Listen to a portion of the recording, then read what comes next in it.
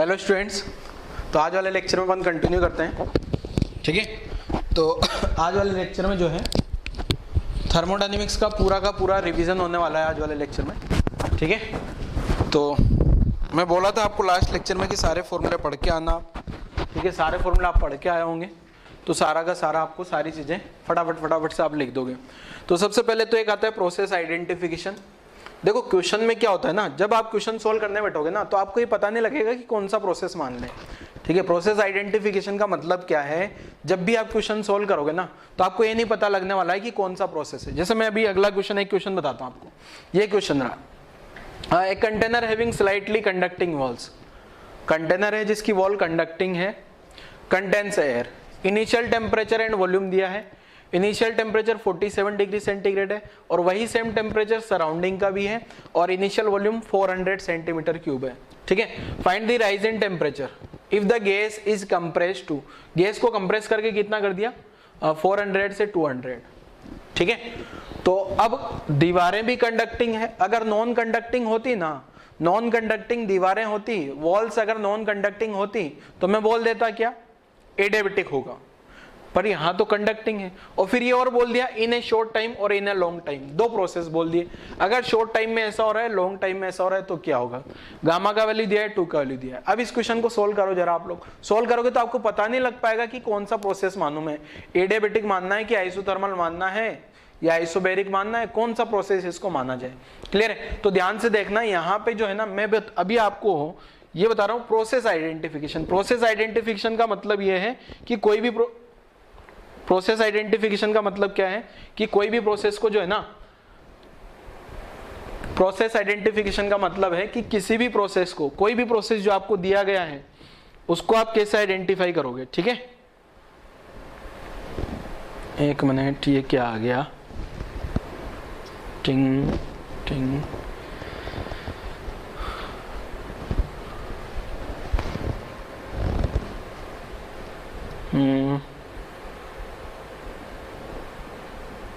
अरे चला जा भाई, exit.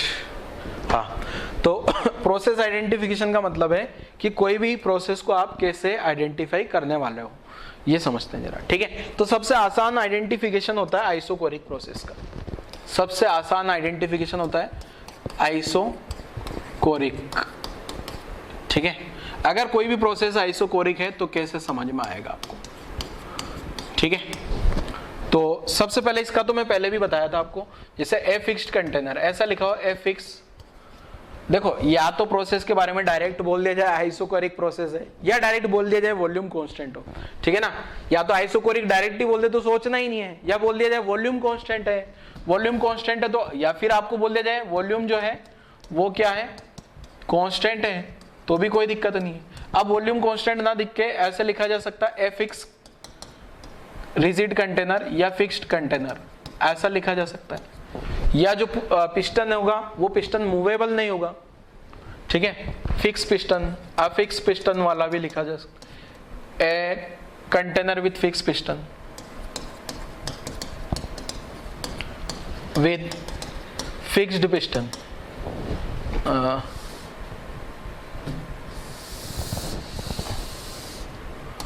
A container with fixed piston. Piston fix हो जाना चाहिए। ठीक है, जैसे एक तो तरीका ये हो गया कि ये जो कंटेनर है ना, ये कंटेनर ऐसा आ जाए पहले वाले में, तो ये कंटेनर ही ऐसा बना दे, इसमें पिस्टन विस्टन का कोई लफड़ा ही नहीं है। और दूसरे वाले में क्या है, इसमें अगर पिस्टन आ जाए ना, ये पिस्टन आ गया है यहाँ पे, बट बोल दिया जाए क्या ये फिक्स है।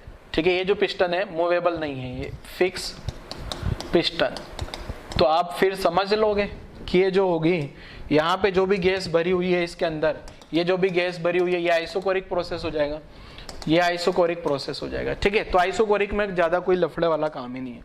ठीक है, चलो अगला प्रोसेस पाते हैं, सेकंड। सेकंड जो है प्रोसेस, ध्यान से सुनना, आइसोथर्मल।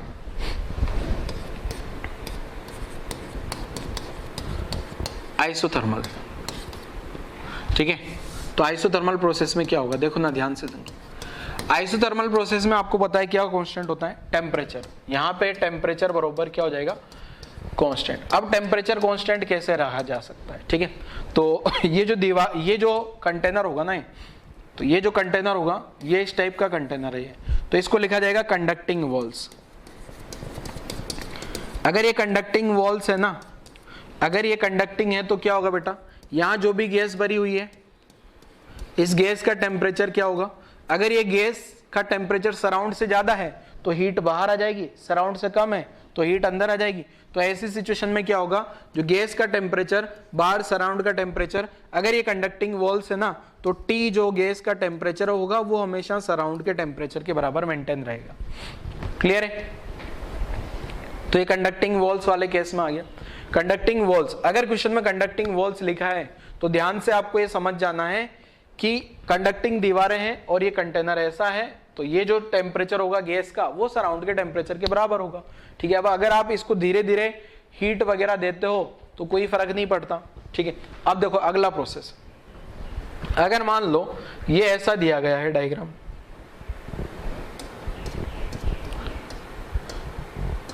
डायग्राम में ये इस टाइप का है, ठीक है।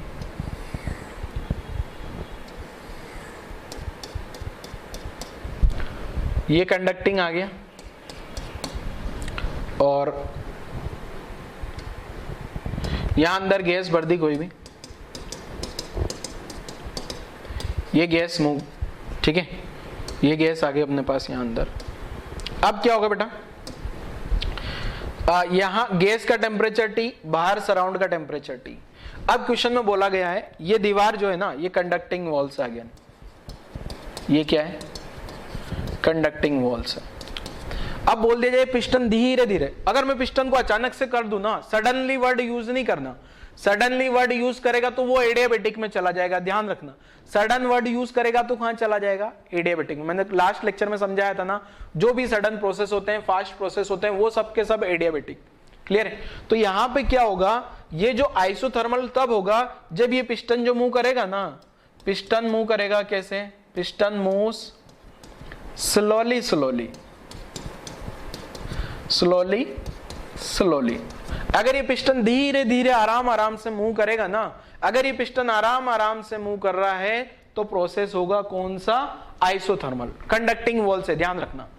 जैसे ये पिस्टन है, अचानक से अगर मैं इसका वॉल्यूम, क्वेश्चन में बोल देते इसका वॉल्यूम V है और अचानक से V/2 कर दिया, तुरंत से वॉल्यूम V/2 कर दिया, अगर तुरंत से अचानक से किया है ना तो प्रोसेस को मानना है एडियाबेटिक, चाहे ये कंडक्टिंग वॉल्स है, अभी लिख भी दूंगा आगे। अब क्वेश्चन में बोला जाएगा इस पिस्टन को आराम आराम से धीरे धीरे होले होले धीरे धीरे नीचे ले जा रहे हैं, ऊपर ले जा रहे हैं, या क्वेश्चन में स्लोली हीटिंग भी बोल दिया जाए, स्लोली हीटिंग। तो यहाँ पे भी अगर ये पिस्टन को धीरे धीरे मूव करा रहा हूं ना तो सराउंड के टेम्परेचर के बराबर ही रहने वाला है। ये गैस का टेम्परेचर किसके बराबर रहेगा, सराउंड के टेम्परेचर। पर ये ध्यान रखना, स्लोली स्लोली वर्ड बड़ा इंपॉर्टेंट है इसमें, ये मैं यहाँ अंडरलाइन भी कर देता हूँ, ये स्लोली स्लोली वर्ड इंपॉर्टेंट है। अगर यहाँ स्लोली की जगह पिस्टन मूव्स फास्ट या सडनली पिस्टन मूव्स होता तो आंसर हो जाता अपना क्या बेटा, एडियाबेटिक। क्लियर है। नोट करो जरा यहाँ तक की कहानी, यहाँ तक की कहानी नोट करो जल्दी से बेटा, वीडियो पॉज करके मैं इसको चिपका दूंगा, ऊपर गया चिपक गया, ठीक है। थर्ड वाला प्रोसेस कौन सा आ गया अब अपना, थर्ड वाला प्रोसेस में एडियाबेटिक ले लेता हूं, ये साथ के साथ ही ना, इससे कंपैरिजन भी हो जाएगा ताकि एडियाबेटिक, ठीक है। एडियाबेटिक में क्या होगा, देखो एडियाबेटिक प्रोसेस में या तो दीवारें जो है ना अपने को इस टाइप्स की दे दी जाए, ये इस टाइप की दीवारें दे दी, इसमें कोई हीट एक्सचेंज ही नहीं हो रहा, ठीक है, ये इस टाइप की दीवारें दे दी। और दीवारें जो है ना ये नॉन कंडक्टिंग है, या इंसुलेटिंग भी बोल सकते हैं इसको, या एडियाबेटिक दीवारें भी बोल सकते हैं, नॉन कंडक्टिंग वॉल्स।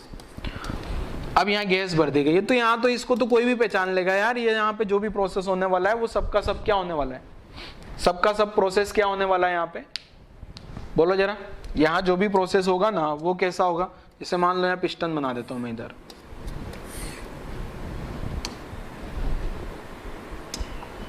यहाँ पिस्टन बना दिया है इस टाइप से। अगर ये पिस्टन मूवेबल भी होगा ना तो कोई फर्क नहीं पड़ रहा है, पिस्टन मूव करे आराम से, ठीक है, ये पिस्टन मूव करेगा ना, मूवेबल पिस्टन है, कोई दिक्कत नहीं है। अब ये जो मूवेबल पिस्टन है, अब ये पिस्टन जाए ऊपर जाए, चाहे इस पिस्टन को इधर ले जाऊं, धीरे धीरे ले जाऊं, फास्ट ले जाऊं, कोई फर्क नहीं पड़ रहा। अगर मैं धीरे धीरे पिस्टन को होले होले से ले जाऊंगा तो भी कोई हीट एक्सचेंज नहीं होना ले जाए, और तुरंत से ले जाऊंगा तो भी कोई हीट एक्सचेंज नहीं होगा। क्लियर है, ध्यान रखना। बट अगर यही पिस्टन जो है बेटा, अगर अपने पास हो जाता है कौन सा पिस्टन, तो यही है मूवेबल, बट अगर ये दीवारें कंडक्टिंग हो जाती है, ये जो मूवेबल पिस्टन है और ये जो दीवारें हैं, ये अगर हो जाए अपने पास क्या, कंडक्टिंग वॉल्स। ठीक है, कंडक्टिंग वॉल्स हो गई, तो अगर पिस्टन जो मूव कर रहा है ना, ये पिस्टन मूव करता है फास्ट, ये तो गैस आ गई यहां पे। ठीक है, अगर पिस्टन मूव करता है कैसे, पिस्टन मूव्स फास्ट या सडन प्रोसेस। ठीक है, देन क्या हो जाएगा, एडियाबेटिक। क्लियर है, मतलब ये जो ध्यान रखना है, ये वाले में और ये वाले में कंपेयर बता रहा हूं भाई। ये पिस्टन, अच्छा ये पिस्टन को ऐसा बनाया था, इसको ऐसा बना दिया, उससे कोई फर्क नहीं पड़ रहा। ठीक है ना, ध्यान रखना, वो जगह मेरे को ऐसा दिमाग में आया तो ऐसा बना दिया। ठीक है ना, अपन ने कोई रटा तो है नहीं सर ऐसा ही बनाना है, कैसा भी बना दो कोई फर्क नहीं पड़ रहा। पिस्टन ऐसा भी हो सकता है, ऐसा भी हो सकता है, movable, horizontal motion, vertical motion दोनों हो सकते हैं। पिस्टन मासलेस वगैरह मान लेना, उस पर ज्यादा दिमाग नहीं लगाना। ठीक है, तो देखो क्या है अभी, ध्यान रखना बेटा, यहां पे क्या है, अगर कंडक्टिंग वॉल्स है तो ध्यान रखना, अगर नॉन कंडक्टिंग वॉल्स है ना, नॉन कंडक्टिंग वॉल से पिस्टन अगर मूव करता है, अगर नॉन कंडक्टिंग, यहां तो फिक्स है, चाहे कंडक्टिंग नॉन कंडक्टिंग है, कोई फर्क ही नहीं पड़ रहा है। यहां मैंने लिखा ही नहीं है आइसोकोरिक में, इधर भी कुछ नहीं लिखा है, इधर भी कुछ नहीं लिखा, इधर फिक्स पिस्टन है, क्लोज कंटेनर है। ठीक है ना, ए फिक्स कंटेनर या क्लोज कंटेनर लिखा हो सकता है यहाँ पे। ठीक है ना, फिक्स की जगह क्लोज वर्ड ज्यादा अच्छा रहेगा।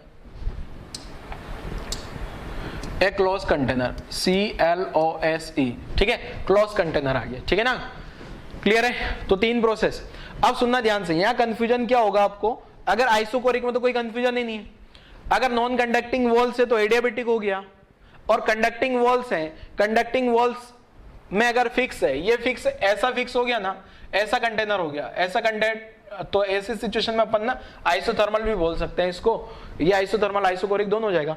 इसमें वॉल्यूम भी तो फिक्स ही रहने वाला है ना, इसमें अगर ऐसा स्लोली होगा ना तो आइसोथर्मल हो जाएगा, फास्ट होगा तो क्या हो गया अपना, एडियाबेटिक। आगे बढ़ते हैं। अब एक और प्रोसेस बच गया अपना आइसोबैरिक वाला। कौन सा प्रोसेस, आइसोबैरिक वाला भी लिख देते हैं जरा। आइसोबैरिक में क्या हो जाएगा, 4th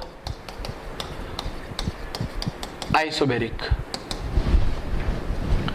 आइसोबैरिक में क्या होगा, देखो ये कंटेनर बोल दिया, ये पिस्टन बोल दिया यहाँ पे। ठीक है, और यहाँ गैस भर दी अपन ने, यहाँ कोई गैस भरी हुई है। ठीक है, और ये हीटर लगा दिया यहाँ से। ठीक है, हीटर लगा दिया, और क्वेश्चन में जो बोल दिया जाएगा स्लोली हीट कर रहा है।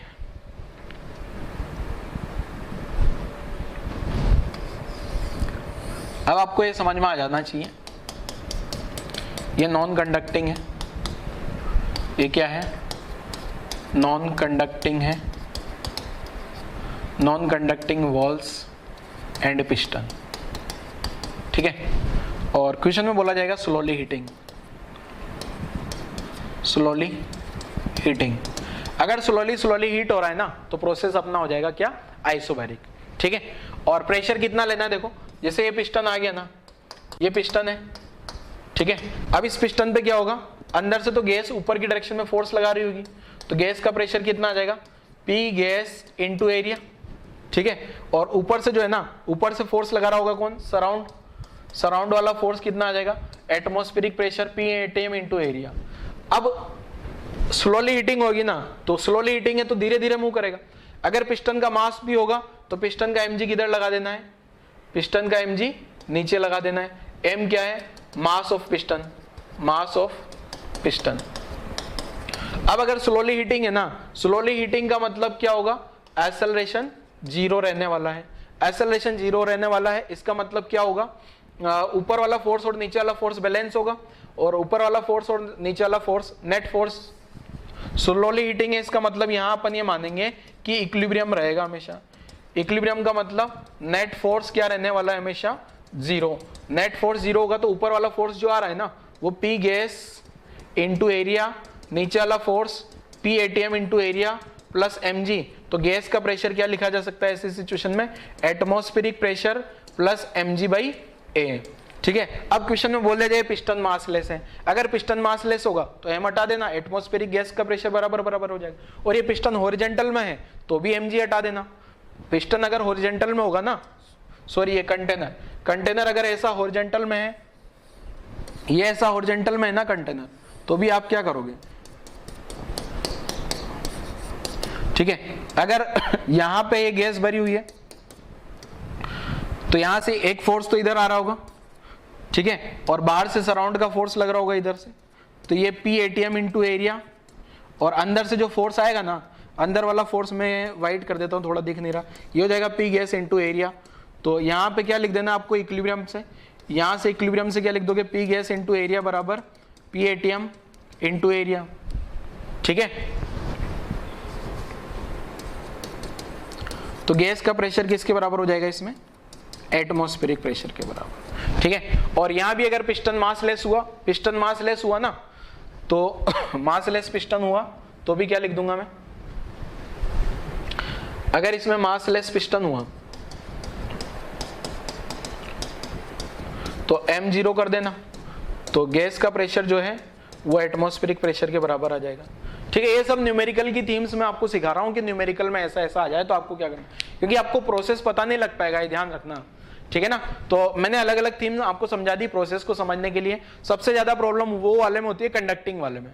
कंडक्टिंग में क्या है ना, दोनों हो जाते हैं। अगर स्लो प्रोसेस है ना, कंडक्टिंग में स्लो है तो आइसोथर्मल, फास्ट है तो एडियाबेटिक। नोट कर लो जरा इसको भी आइसोबैरिक में।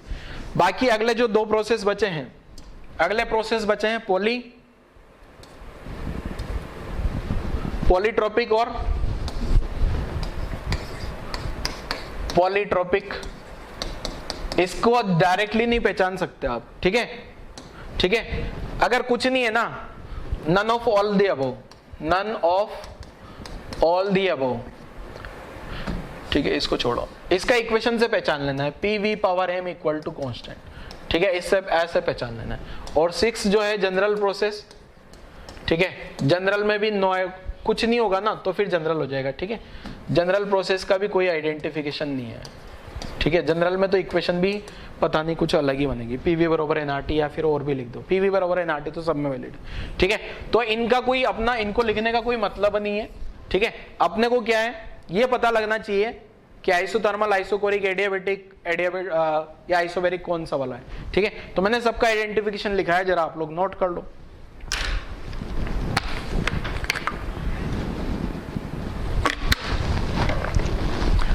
ये जो कहानी मैंने आपको समझाई है ना, ये किसी बुक्स में नहीं लिखी होती है, ना कोई बुक में होगी, ना किसी नोट्स में होगी, ना कोई किसी भी इंस्टीट्यूट के नोट्स में ऐसा कुछ नहीं लिखा है। ये बस मैंने अपने न्यूमेरिकल जो होता है ना, न्यूमेरिकल के डेटा मैंने लिए हैं, सारे न्यूमेरिकल सोल्व करके मैंने ये सारा कंक्लूजन निकाला है। ठीक है ना, क्लियर है। ऐसा कोई ऐसा थ्योरी नहीं मिलेगी आपको कहीं पे। तो आपको ध्यान रखना है कि सर ऐसा कोई नोट्स हो, ऐसा कुछ नहीं मिलने वाला आपको। तो आपको ध्यान रखना है क्या, आइसोकोरिक समझ आ जाएगा, आइसोथर्मल समझ आ जाएगा, एडियाबेटिक ये आपको सोचना पड़ेगा। यहां पे कंडक्टिंग में थोड़ा दिमाग लगाना होगा। कंडक्टिंग वॉल्स जो है ना, कंडक्टिंग वॉल्स में अगर धीरे धीरे चल रहा है तो आइसोथर्मल हो जाएगा, और कंडक्टिंग वॉल्स में अगर सडन या फास्ट प्रोसेस है तो अपना एडियाबेटिक हो जाएगा। ठीक है, तो नोट सब कुछ कर लिया होगा आप लोगों ने वीडियो पोस्ट करके। अब आप इस क्वेश्चन को पढ़ोगे ना तो आपको डेफिनेटली समझ आ जाएगा कौन सा प्रोसेस क्या है।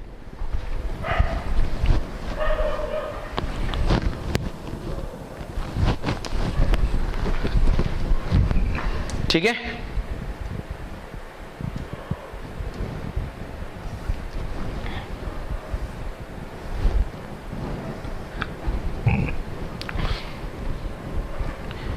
यही नॉन कंडक्टिंग वॉल्स यहां भी है। ठीक है ना, ध्यान रखना। चलो क्वेश्चन पढ़ा सबने,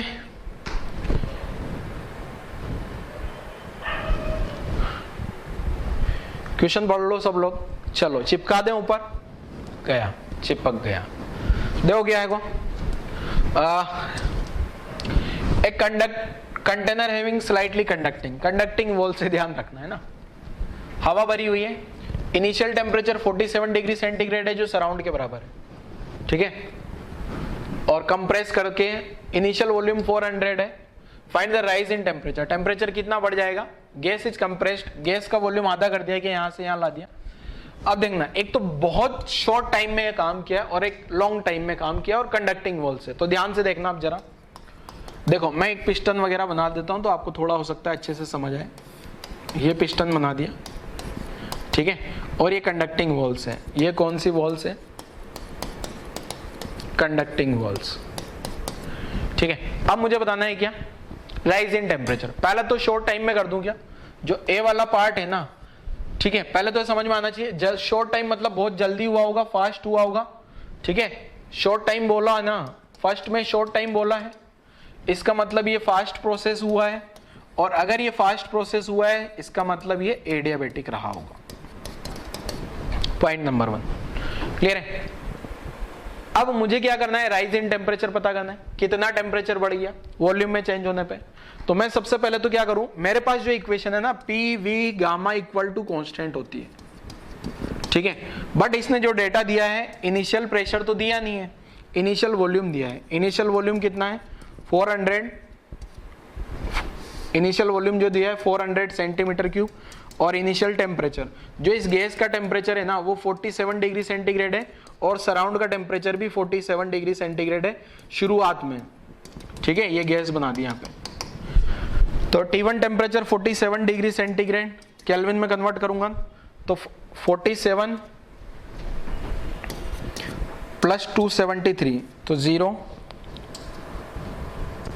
ये आ रहा है 320 केल्विन, ठीक है। शुरुआत का टेम्परेचर ये आ गया। अब मैं यहां से सॉल्व करके कौन सा इक्वेशन लगाऊं जरा, वॉल्यूम आ गया, इनिशियल वॉल्यूम। अब फाइनल वॉल्यूम मुझे पता है क्या, फाइनल वॉल्यूम पता है,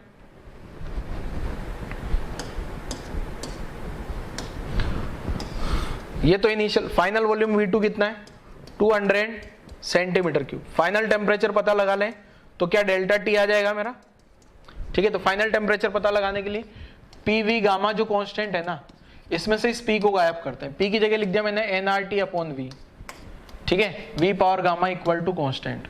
तो ये आ जाएगा T V gamma minus 1 equal to constant. तो इक्वेशन लिखता हूं T1 V1 gamma minus 1, T2 V2 gamma minus 1, ठीक है। तो T1 इनिशियल टेम्परेचर कितना लिख दिया 4, इनिशियल टेम्परेचर है अपना 320, इनिशियल वैल्यू में 400, गामा की वैल्यू 1.4 दिया है, 1.4 माइनस 1, डायमेंशन की दिक्कत नहीं है, डायमेंशन गायब हो जाएगी इसलिए मैं नहीं लिख रहा हूँ, ठीक है। 200 1.4 माइनस 1, ठीक है ना। तो यहाँ बचेगा 320, यहाँ बचेगा 400 पावर 0.4, T2 यहाँ बचेगा 200 पावर 0.4। तो ये जो T2 आ जाएगा ना, ये 320 400 अपॉन 200 कर दिया 0.4। तो ये वाली वैल्यू दी गई है कि क्वेश्चन में 1.3 कंसीडर कर लेना है। तो T2 जो आ गया ना, ये कितना आ गया 320 इंटू 1.3, मल्टीप्लाई करो जरा आंसर निकालने के लिए।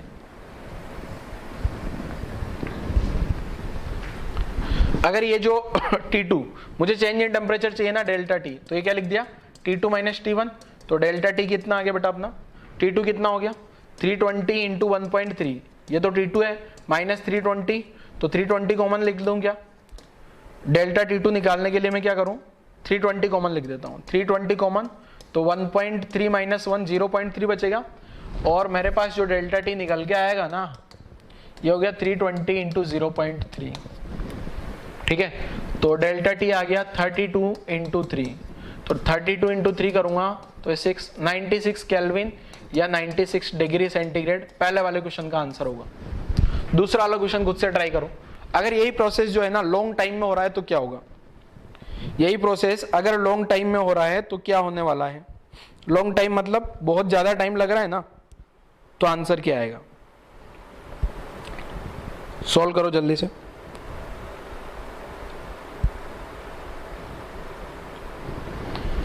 ठीक है, देखो दूसरा वाला प्रोसेस मैं यहां सोल्व करता हूं। अगर ये लॉन्ग टाइम में हो रहा है, सॉरी लॉन्ग टाइम में हो रहा है बी वाले में, अगर लॉन्ग टाइम में हो रहा है ना तो प्रोसेस स्लोली स्लोली चलेगा क्या, स्लोली स्लोली चलने वाला है। और अगर प्रोसेस स्लोली स्लोली चलेगा इसका मतलब टेम्परेचर तो कांस्टेंट रहने वाला है, और अगर टेम्परेचर कांस्टेंट रहेगा तो डेल्टा टी तो 0 आने वाला है, खत्म। ठीक है, कहानी खत्म किया, क्लियर है? नोट कर लो जरा। तो कुल मिला के ये है कि ये वाला क्वेश्चन तब सोल्व होगा आपसे जब आपको ये आइडेंटिफिकेशन आता होगा अच्छे से। ये आइडेंटिफिकेशन आप करना जानते होंगे ना, एडियाबेटिक आइसोथर्मल वाला, ये स्लो फास्ट वाला, तो ये क्वेश्चन समझ आएगा, वरना आपको समझ ही नहीं आएगा, प्रोसेस तो कुछ दिया ही नहीं है ना क्वेश्चन में। तो वीडियो पॉज करके क्वेश्चन लिख लो, नेक्स्ट समझते हैं फिर क्या है। देखो वीडियो पॉज करो, यहां तक का क्वेश्चन लिखो आप लोग जल्दी से।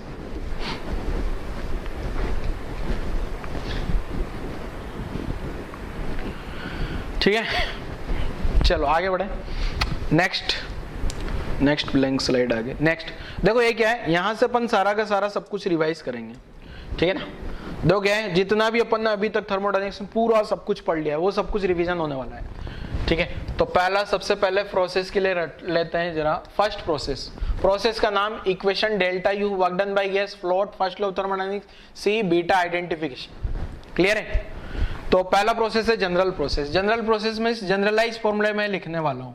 जनरल प्रोसेस में अपना PV इक्वल टू NRT तो वैलिड होता ही है, और इसके लिए जो डेल्टा यू लिखते हैं ना अपन, वो लिखते हैं F/2 NR डेल्टा T, और वर्क डन बाई गैस जो लिखा जाता है, वर्क डन बाई गैस लिखा जाता है integration P gas into dV, और first law of thermodynamics Q equal to work done by gas plus delta U, और C का जो जनरलाइज फॉर्मूला होता है dQ अपॉन ndt, और बल्क मॉडुलस का जो जनरलाइज फॉर्मूला है minus delta P V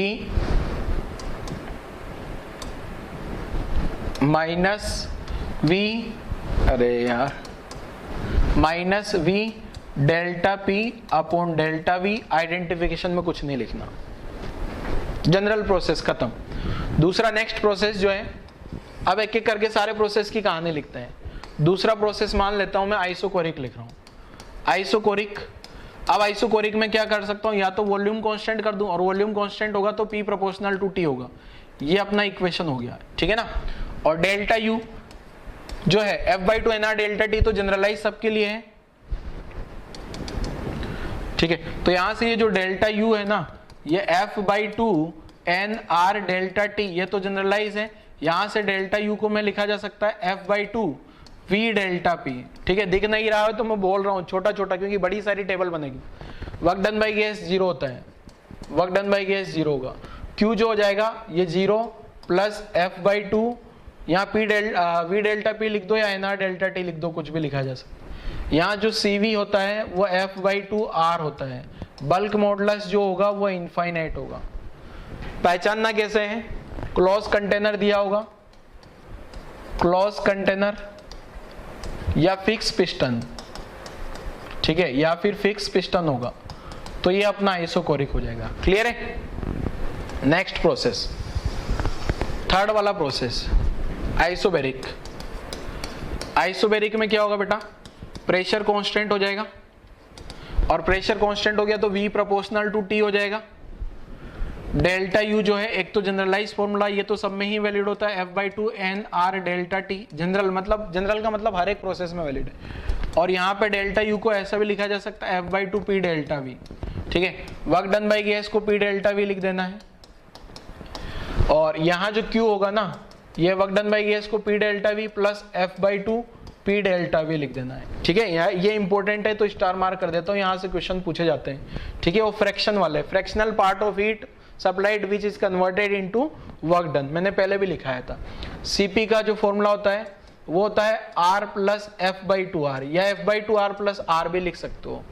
bulk modulus 0 हो जाएगा। स्लोली हीटिंग विद हीटर, ठीक है। ये नॉन कंडक्टिंग कंटेनर और स्लो हीटिंग, ठीक है। स्लो हीटिंग करेंगे नॉन कंडक्टिंग कंटेनर, तो ये आंसर आइसोबैरिक में हो जाएगा, ठीक है। आइडेंटिफिकेशन वैसे आज ही समझाए तो टेबल में नहीं भी लिखेंगे तो चलेगा। नेक्स्ट आता है अपना आइसोथर्मल। आइसोथर्मल में क्या हो जाएगा बेटा, टेम्परेचर कांस्टेंट जाएगा, और P इंटू V बरोबर भी कांस्टेंट जाएगा, या P प्रोपोर्शनल टू 1/V भी लिख सकते हैं। डेल्टा U इसका 0 चला जाएगा, चेंज इन टेम्परेचर नहीं होने वाला है। वर्क डन बाई गैस का फॉर्मूला बहुत सारे फॉर्मेट है, मैं एक फॉर्मेट लिखता हूँ nRT ln V2/V1। Q जो आएगा ना वर्क डन बाई गैस तो आ जाएगा nRT ln V2/V1 प्लस 0 आएगा, ठीक है ना, डेल्टा यू कुछ नहीं होने वाला। सी टी बोले तो ये आ जाएगा इनफाइनाइट। बल्क मॉडुलस का वैल्यू आ जाता है P, ठीक है। इसमें जो होना चाहिए कंडक्टिंग कंटेनर होना चाहिए, कंडक्टिंग कंटेनर, ठीक है, और स्लो प्रोसेस हो। कंडक्टिंग कंटेनर के साथ में स्लो प्रोसेस होना चाहिए, धीरे धीरे आराम आराम से प्रोसेस होना चाहिए, ठीक है। नेक्स्ट प्रोसेस आ जाता है फिफ्थ, एडियाबेटिक। एडियाबेटिक का equation P V gamma equal to constant आता है। गामा का वैल्यू आपको पता ही होगा क्या होता है, 1 + 2/f CP/CV। डेल्टा यू में इसका जनरलाइज फॉर्मूला लिख देना है F/2 NR delta T. Work done by gas में भी इसका फॉर्मूला जो है NR delta T upon minus gamma plus 1, ठीक है। Q0 लिख देना है, ठीक है, और ये दोनों फॉर्मूले लिख देना है। मेरे पास स्पेस तो चलो स्पेस बनाते हैं, minus gamma plus 1 plus F/2 NR delta T, दोनों का सम करोगे तो 0 आ जाएगा। और C एडियाबेटिक तो 0 होता है, C एडियाबेटिक 0 आ गया, adiabatic 0। Bulk modulus gamma P, conducting piston हो, कंडक्टिंग कंटेनर में तो क्या होना चाहिए, फास्ट प्रोसेस हो, ठीक है, या फिर नॉन कंडक्टिंग कंटेनर हो, नॉन कंडक्टिंग कंटेनर हो, आज ही समझाइए जिसको, है ना। एंड लास्ट प्रोसेस बचता है पॉलीट्रोपिक। ये वाली टेबल आपको याद होने चाहिए बेटा, नेक्स्ट लाइव लेक्चर में पूछा जाएगा अगेन एक बार और। PV/m इक्वल टू कॉन्स्टेंट और डेल्टा यू को F/2 NR डेल्टा टी लिख देना है। वर्क डन बाई गैस का फॉर्मूला ऊपर वाले पैटर्न पे ही लिख देना है, NR delta T minus m+1। और फर्स्ट लॉ थर्मोडायनेमिक्स में इन दोनों का सम कर देना है, Q equal to NR delta T upon minus m+1 plus F/2 NR delta T. C polytropic का बड़ा अच्छा सा फॉर्मूला आता है, R upon minus m+1 plus F/2 R। जगह नहीं बची मेरे पास, बल्क मॉडुलस MP लिख देना, यहाँ ऊपर चिपका देता हूँ MP क्रॉस। तो देखो जरा पूरा बोर्ड भर गया है। अब आपको क्या लगता है, अब कोई प्रोसेस नहीं बचा, ठीक है ना। नोट कर लो जरा यहाँ तक की कहानी, वीडियो पोस्ट करो और कहानी नोट करो जल्दी से। और अभी तक जितना भी पढ़ा है ना उन सब का सार यही एक टेबल है, पूरा का पूरा थर्मोडायनेमिक्स। मैंने बोला था लास्ट लेक्चर में रिवाइज हो जाए।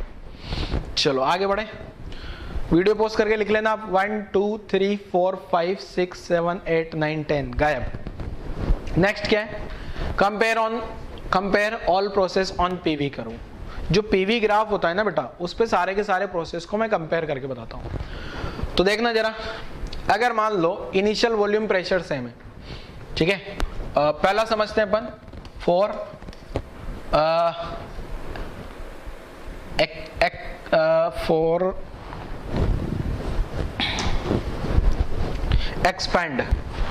एक्सपांड कर रही है गैस, क्या कर रही है, एक्सपांड करेगा मतलब वॉल्यूम क्या हो, वॉल्यूम इंक्रीज हो रहा हो, ठीक है। तो ऐसी सिचुएशन में जो ग्राफ होगा देखो वो कैसा है, डायरेक्ट याद रखना है, लॉजिक भी बता दूंगा अभी, ठीक है। मान लो यहाँ पे कोई प्रोसेस है और ये प्रोसेस अगर ऐसा जा रहा है, गैस एक्सपांड कर रही है क्या, सबको पता है ये वाला जो प्रोसेस है ये आइसोबैरिक है। आइसोबैरिक है मतलब P कांस्टेंट है क्या। अब P कांस्टेंट को मैं ऐसा लिख दूं PV/0 इक्वल टू कांस्टेंट, तो आपको कोई दिक्कत नहीं होगी इसमें, ठीक है। इसको क्या लिखा जा सकता है बेटा, PV/0 इक्वल टू कांस्टेंट। तो इसमें किसी को कोई समस्या नहीं होनी चाहिए, ठीक है।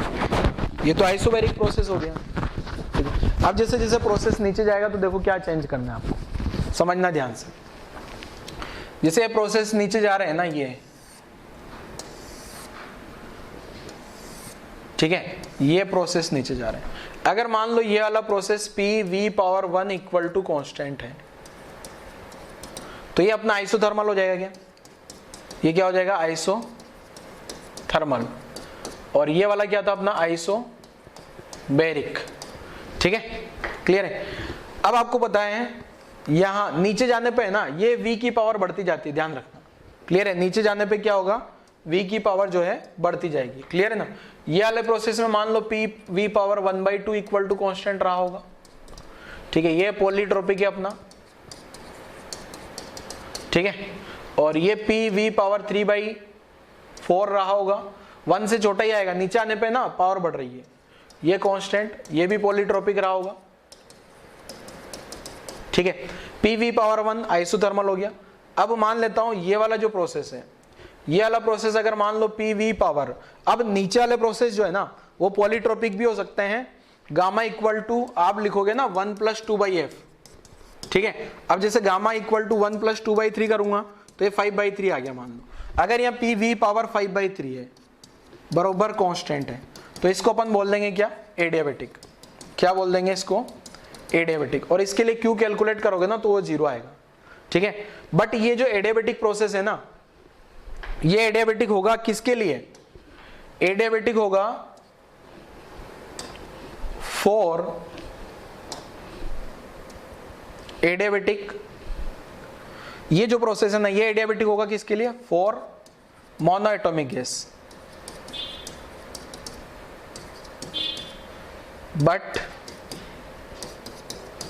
पॉलीट्रोपिक प्रोसेस फॉर दूसरी गैस जो लीनियर गैस हो या नॉन लीनियर गैस हो, लीनियर गैस या फिर नॉन लीनियर भी हो सकता है। ठीक है ना, मतलब ये वाला जो प्रोसेस आ रहा है ना नीचे वाला प्रोसेस, ये प्रोसेस अपना पॉलीट्रोपिक भी हो सकता है। P V पावर 5/3 है तो P V पावर 5/3 है तो ये जो प्रोसेस है ना ये एडियाबेटिक भी हो सकता है और पॉलीट्रोपिक भी हो सकता है। एडियाबेटिक तब होगा जब ये पूरा परफेक्ट सेट हो रहा हो। ठीक है ना, ध्यान रखना। अब ये जो नीचे वाला एक और ग्राफ बचा ये मान लेते हैं अपने पास P V पावर 2 है, P V power 2 equal to constant है, तो ये तो फिर तो पॉलीट्रोपिक हो जाएगा। ठीक है, ये हो जाएगा अपना पॉलीट्रोपिक। तो मैं ये बताना चाह रहा हूं कि नीचे जाने पे V का वैल्यू बढ़ रहा है क्या, पहले 0 आया, 1/2, 3/4, 1, 5/3, 2। क्लियर है, कंफ्यूजन क्या होगा मैं पहले ही बता देता हूं। जब ऐसा कोई ऑप्शन आ जाएगा ना, ये V की पावर ऐसा कुछ आ जाए जैसे जो गामा की वैल्यूज होती है तो कंफ्यूजन होगा। तो ध्यान रखना, मैं समझा देता हूं आपको आपस से, यहां से समझा रहा हूं। अगर मान लो यहां पे जो है ना P, जैसे गामा का और वैल्यू लिखता हूं मैं, गामा का वैल्यू 1 + 2/5 भी होता है तो 7/5 है। अब अगर मान लो P V पावर 7/5 है, बरोबर कांस्टेंट है। ठीक है, तो ये जरूरी नहीं है कि ये वाला प्रोसेस जो है ना एडियाबेटिक ही हो।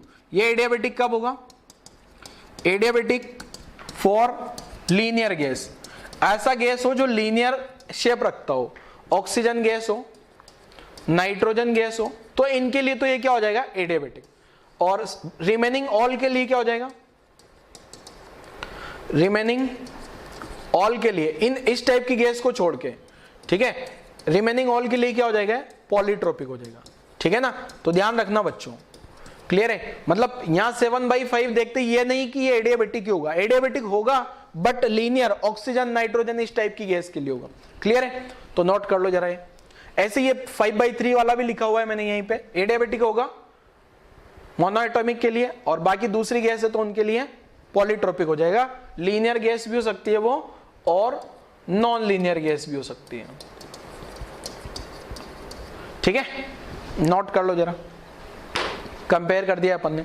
अब अगर आप देखोगे तो अगर मैं वर्क डन देखता हूं जरा, वर्क डन अगर देखूं तो सबसे ज्यादा वर्क डन कौन से प्रोसेस में आ रहा है, अगर इनका एरिया देखा जाएगा ना, तो जो वर्क डन का एरिया अगर मैं एक्सपेंशन में देखूं, यहां एक्सपांड कर रही है ना, तो जो एरिया होगा work, order of work done निकाल रहा हूं मैं, वर्क डन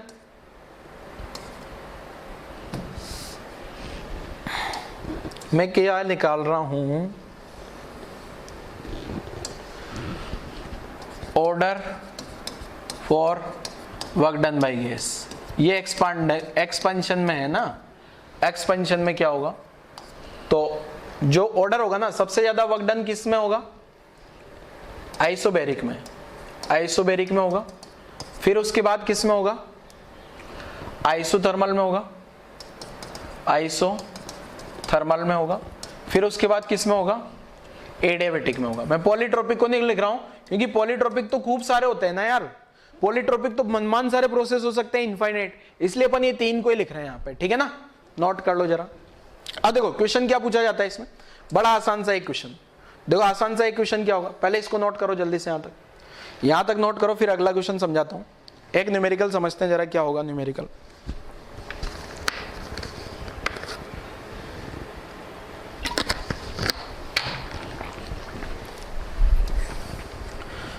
आपको ये ध्यान रखना है आइसोथर्मल और एडियाबेटिक में कौन ऊपर नीचे होगा, ये v की पावर देख लेनी है, ठीक है ना। जैसे क्वेश्चन बोल दिया जाए, ऐसा एक क्वेश्चन बोल दिया आपसे, यहाँ P दिया, यहाँ V दिया, यहाँ P दे दिया, यहाँ प्रेशर वॉल्यूम, एक बोल दिया जाए एक प्रोसेस ये और एक प्रोसेस ये, तो बताओ कौन सा आइसोथर्मल एडियाबेटिक, आइडेंटिफाई करो 1 and 2, आइडेंटिफाई एडियाबेटिक और आइसोथर्मल, पहला क्वेश्चन। दूसरा क्वेश्चन इधर लिख रहा हूं, दूसरा क्वेश्चन में भी ऐसा ही सेम क्वेश्चन है, यहां V दे दिया, यहां P दे दिया, यही सेम ग्राफ ये इस टाइप से दे दिया, ठीक है, 1 ऊपर वाला 2 ऊपर वाला, तो ये है ना, ये एडियाबेटिक है, एडियाबेटिक, इसमें जो है ना आइडेंटिफाई करना है, आइडेंटिफाई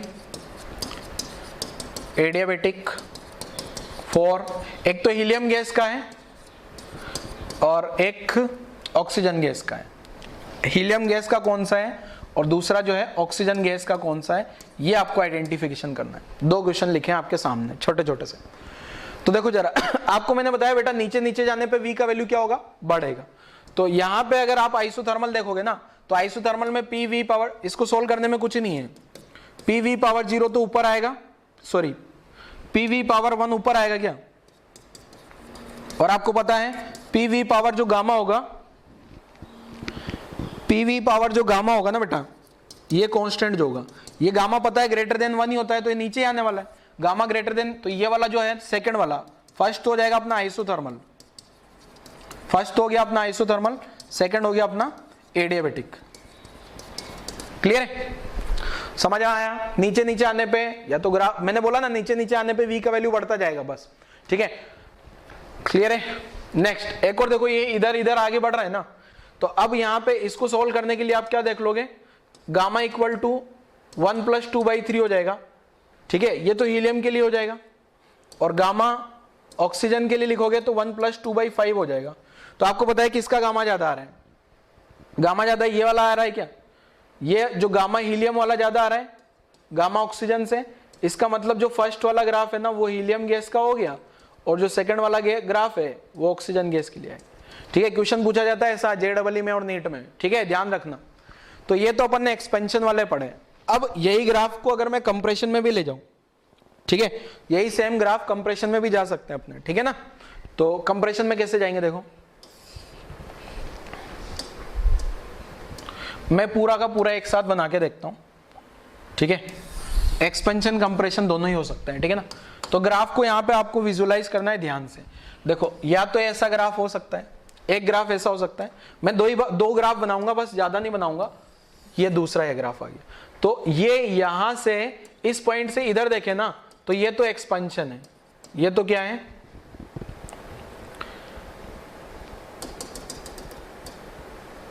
और एक और बना लेते हैं चलो रेड कलर से, या ब्लैक बना देता हूं, ये ब्लैक वाला ये आ गया, ठीक है, ये तो सबको पता लग रहा है आइसोबैरिक होगा,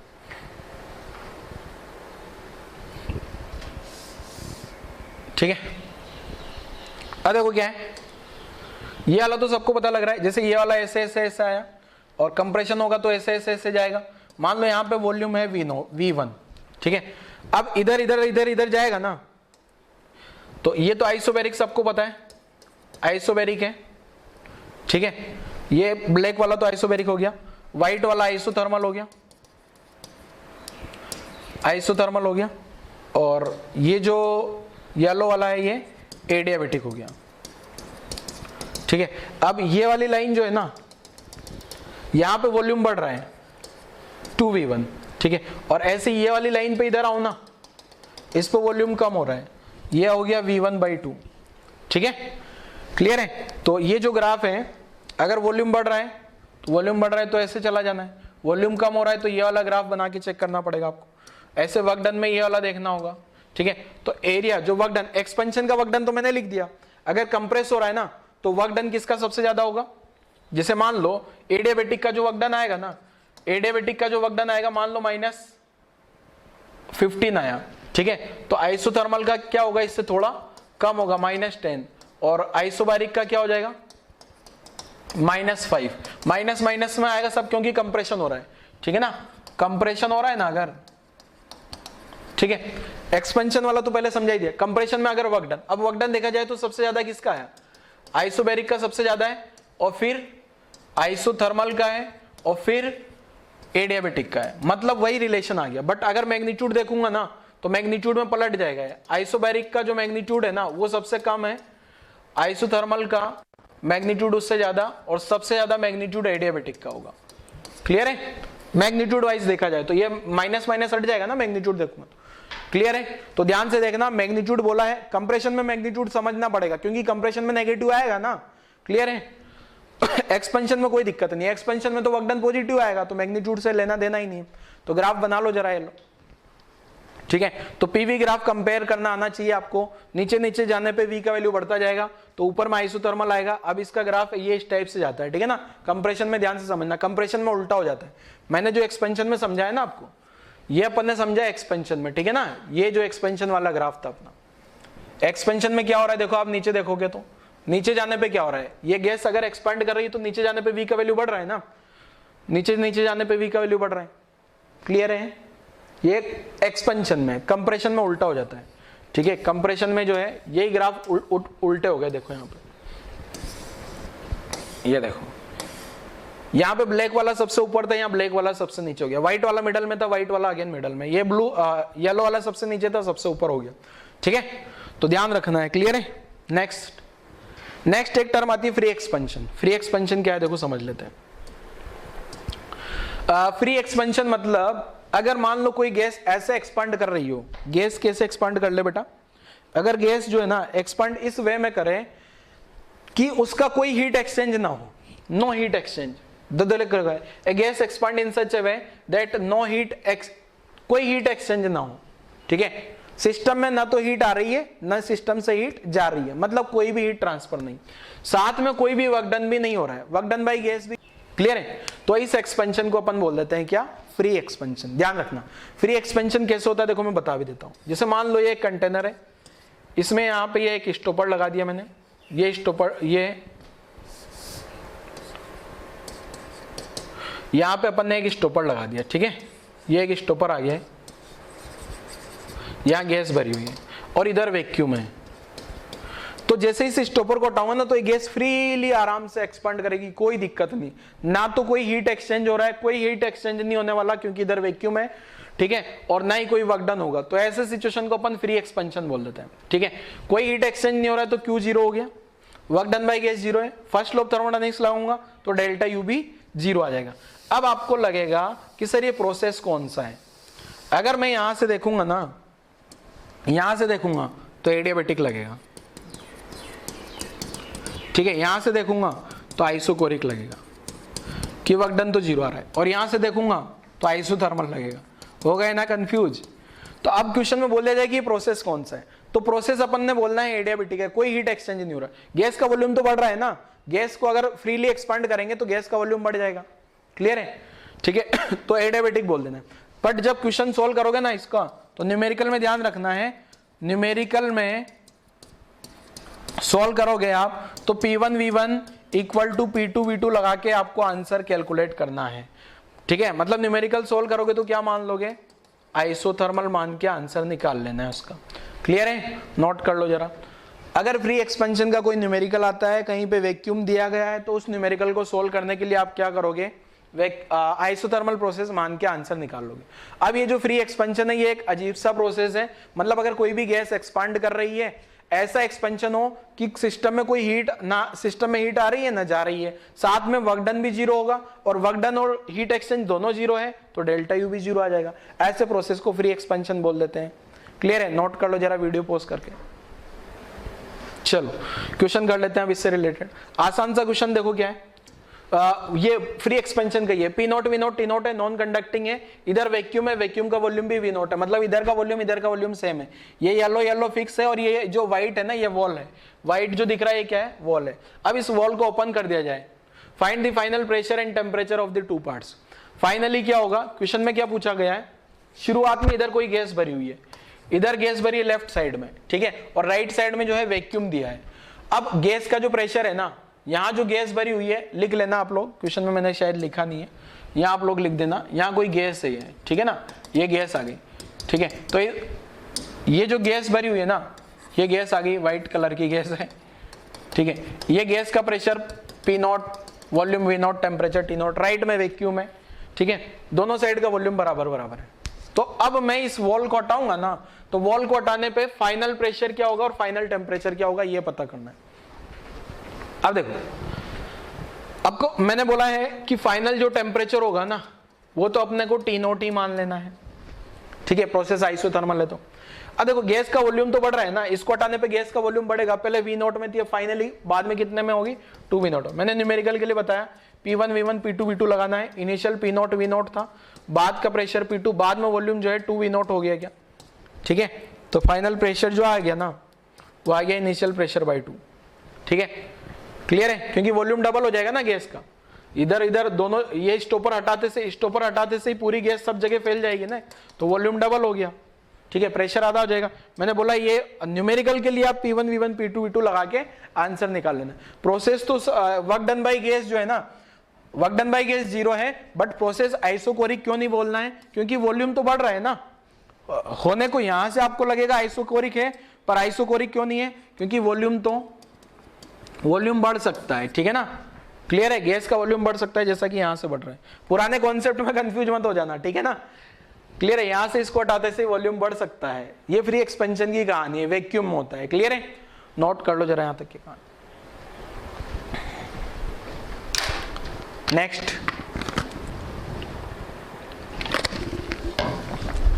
नेक्स्ट क्या है देखो, हाँ, limitation of first law of thermodynamics क्या है, ये आपको सबको याद है, इंफॉर्मेशन याद रख लेनी, फिर भी लिखा है first law of thermodynamics tell us that heat and work are interconvertible, ठीक है, हीट को वर्क में किया जा सकता है, वर्क को हीट में लाया जा सकता है, ये फर्स्ट लॉ ऑफ थर्मोडायनेमिक्स बोलता है।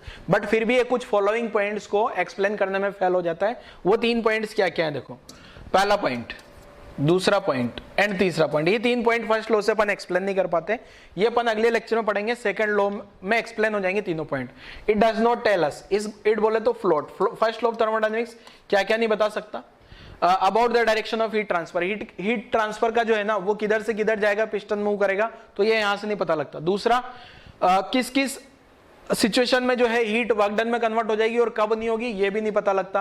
About the condition under which heat energy is converted into work, और कोई भी प्रोसेस पॉसिबल है या नहीं है ये भी यहां से पता नहीं लगता। तो ये सारा थ्योरी है, आप लिख लो limitation of first law of thermodynamics का, ठीक है। चलो नेक्स्ट एंड लास्ट, ये लिख लो, आगे वाले लेक्चर जब सेकंड लॉ ऑफ थर्मोडायनेमिक्स समझेंगे ना तो ये ऑटोमेटिक समझ आ जाएगा। जैसे बोर मॉडल में आपको पता है ना एटॉमिक स्ट्रक्चर, रदरफोर्ड मॉडल में पढ़ा आपने, फिर बोर मॉडल में जो पढ़ा वो उसका लिमिटेशन बढ़ गया, फिर आगे बढ़े तो वो उसका लिमिटेशन बढ़ गया, ऐसे यहां भी है। सेकंड लॉ पढ़ेंगे ना तो फर्स्ट का लिमिटेशन हो जाएगा। लास्ट टॉपिक देखो क्या है, मॉलिक्यूलर वेट ऑफ मिक्सचर। अगर दो कोई भी ऐसी गैस दे दी जाए जो दोनों एक दूसरे से रिएक्ट नहीं कर रही हो, नॉन रिएक्टिंग गैस होनी चाहिए, लिखा भी है नॉन रिएक्टिंग गैस, तो उनका मॉलिक्यूलर वेट कैसे निकालना है देखो। तो मॉलिक्यूलर वेट ऑफ मिक्सचर कैसे लिखा जाता है बेटा, ये लिख देना है आपको N1 molecular weight of first plus, देखो ये मॉलिक्यूलर वेट का मतलब क्या होता है, यहां टोटल मास, मॉलिक्यूलर वेट देखो अपॉन टोटल, देखो मोल जो होता है ना, देखो मोल क्या लिखते हैं अपन, मास अपॉन मॉलिक्यूलर वेट। तो यहां से मुझे मॉलिक्यूलर वेट निकालना है, तो मॉलिक्यूलर वेट क्या हो जाएगा, मास अपॉन मोल, ठीक है। तो यहां अगर मुझे मिक्सचर के लिए लिखना है ना, यहां किसके लिए लिखना है, मिक्सचर के लिए, तो यहां क्या लिख दूंगा, total mass upon total mole. तो टोटल मास, पहले वाली गैस का मास कितना आ जाएगा, N1 मॉलिक्यूलर वेट 1। यहां से देखो जरा, पहली वाली गैस का N1 उसका मास अपॉन मॉलिक्यूलर वेट 1। ऐसे दूसरी वाली गैस के मोल मास मॉलिक्यूलर वेट, ठीक है, छोटू m1 m2 मास है, तो यहाँ पहली गैस का मास निकालूंगा क्रॉस मल्टीप्लाई करके, ऐसे दूसरी गैस का मास भी आ गया क्या, अपॉन टोटल मोल आ गया क्या, n1 प्लस n2। तो आप डायरेक्ट भी याद रख सकते हो इसको, ये क्या है अपने पास मॉलिक्यूलर वेट का फॉर्मूला आ गया। मिक्सचर का मॉलिक्यूलर वेट अगर कभी भी निकालना है ना तो ये फॉर्मूला लगा देना है। कभी कभी आपको इससे क्वेश्चन पूछा जाएगा तो आप लोग क्वेश्चन सोल्व कर सकते हो क्या, जैसे आपको बोल दिया जाए हीलियम गैस है, हीलियम गैस के मान लो आपको बोल दिया जाए 2 मोल है, और साथ में आपको बोल दिया जाए ऑक्सीजन गैस है, ऑक्सीजन गैस के आपको 1 मोल दिया जाए, क्या मिक्सचर का मॉलिक्यूलर वेट निकाल सकते हो? मॉलिक्यूलर वेट ऑफ मिक्सचर क्या होगा जरा कैलकुलेट करके देखो, तो सोल्व किया जा सकता है क्या? मॉलिक्यूलर वेट ऑफ मिक्सचर जो लिखूंगा ना, पहले तो N1 पहली वाली गैस के मोल लिख दिए, हाइड्रोजन का मॉलिक्यूलर वेट 2 आ गया, ठीक है, प्लस दूसरी वाली गैस के मोल 1 हो गया 32 अपॉन 2 प्लस 1, तो मॉलिक्यूलर वेट ऑफ मिक्सचर आ जाएगा क्या, यहाँ से कितना आ गया देखो 8 प्लस 32 अपॉन 3, तो 40/3 आ जाएगा, ग्राम पर मोल में आएगा क्योंकि मैंने ऊपर भी ग्राम पर मोल में लिखा है, ठीक है ना। तो मॉलिक्यूलर वेट ऑफ मिक्सचर आ गया क्या बेटा, नोट कर लो जरा, क्वेश्चन नोट करने की जरूरत नहीं है, वैसे आसान सा क्वेश्चन है। तो पहला तो अपन ने क्या निकाल लिया, मिक्सचर का मॉलिक्यूलर वेट कितना होगा ये पता कर लिया। ऐसे ही मिक्सचर का जो है Cp एंड Cv नोट करो, पहले ये वीडियो पॉज करो और यहाँ तक की कहानी नोट करो। सेकेंड होता है बेटा Cp mixture and Cv mixture. तो देखो Cv मिक्सचर क्या होगा, मिक्सचर का Cv निकालना है तो मैं वैसे निकाल लूंगा N1Cv1 plus N2Cv2 plus N3Cv3, 3 gas होगा तो 3 के लिए भी लिख देंगे N1 plus N2 plus N3। ऐसे ही Cp मिक्सचर भी लिखा जा सकता है, Cp मिक्सचर क्या हो जाएगा N1Cp1 plus N2Cp2 plus N3Cp3 upon N1 plus N2 plus N3। ऐसे गामा मिक्सचर भी लिख सकता हूं क्या, गामा मिक्सचर कुछ बच्चे ऐसे लिख देंगे N1 gamma 1 plus N2 gamma 2 plus N3 gamma 3 upon N1 plus N2 plus 3 N2 plus N3। तो ये ध्यान रखना ऐसे नहीं लिखना, ये गलत है, ठीक है, ये रॉन्ग है। तो करेक्ट कैसे लिखना है देखो, ठीक है, ये रॉन्ग है तो रॉन्ग वाला भी आपको लिख लेना है ताकि आप ये गलती ना करो। गामा मिक्सचर कैसे लिखना है, ये लिखना है Cp mixture upon Cv mixture, ठीक है, ध्यान रखना। तो यहाँ Cp से Cv, ये वाली इक्वेशन को अगर आप पूरा डिवाइड करोगे ना यहाँ से, तो यहाँ से डिवाइड करना Cp mixture upon Cv mixture, ये गामा होगा क्या, तो ये वाली टर्म से ये वाली टर्म गायब हो जाएगी, तो आंसर आ जाएगा कितना अपना NCV1। अच्छा उल्टा डिवाइड करना है ना, चलो पहले इसको हटा देते, तो ये हो जाएगा अपना क्या N1Cp1 N2Cp2 N3Cp3 upon N1Cv1 N2Cv2 N3Cv3, ठीक है, नोट कर लो जरा, ये मिक्सचर की कहानी है। और यहां तक आते आते आज अपना लेक्चर क्लोज हो जाता है बच्चों, ठीक है। तो लेक्चर को ध्यान से पढ़ना, हर एक फॉर्मूला आज वाले लेक्चर में मैंने आपको रिवाइज करा दिया है टेबल के साथ में। अगला लाइव लेक्चर जब भी आएगा मैं सारे फॉर्मूले पूछूंगा, ठीक है बच्चों। लेक्चर क्लोज करते हैं, थैंक यू।